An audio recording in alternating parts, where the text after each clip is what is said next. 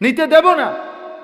এক যুবক আল্লাহকেও রাজি করেছে, মাতৃভূমির প্রতি ভালোবাসা দেখাইছে, ঈমান এবং দেশপ্রেম, এই দুই জিনিস তার মধ্যে একত্র হওয়াতে, তোমরা ভাই বলো, একটা ছেলে বলো, তোমরাও দেখছো আমরাও দেখছি, গোটা বাংলাদেশের লক্ষ লক্ষ আলেম, মুফতি, মুহাদ্দিস, পীর, বুজুর্গ, আউলিয়া, ইমাম, খতিব, মুয়াজ্জিন, তালেবে ইলম, হাফেজে কোরআন, বুড়া মানুষ, জওয়ান মানুষ, বাচ্চা মানুষ, আরে বাবা, এই জাতির 18 কোটি মানুষ মনে হয় তার জন্য অঝরে চোখের পানি ফেলছে।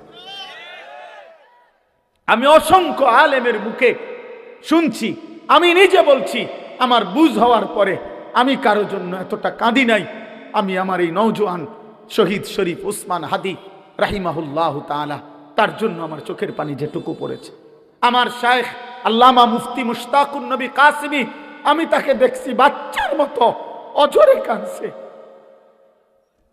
একসাথে ভাত খাইতে বসছি, ভাতের থালার সামনে পর্যন্ত হুজুরে দেখছি কাঁদতেছে।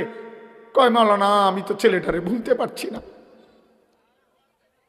তাইলে বলো ভাই, এত মানুষের চোখের পানি ঝরছে একজন ইমানদার যুবকের জন্য, তোমরা দেখছো বাবা।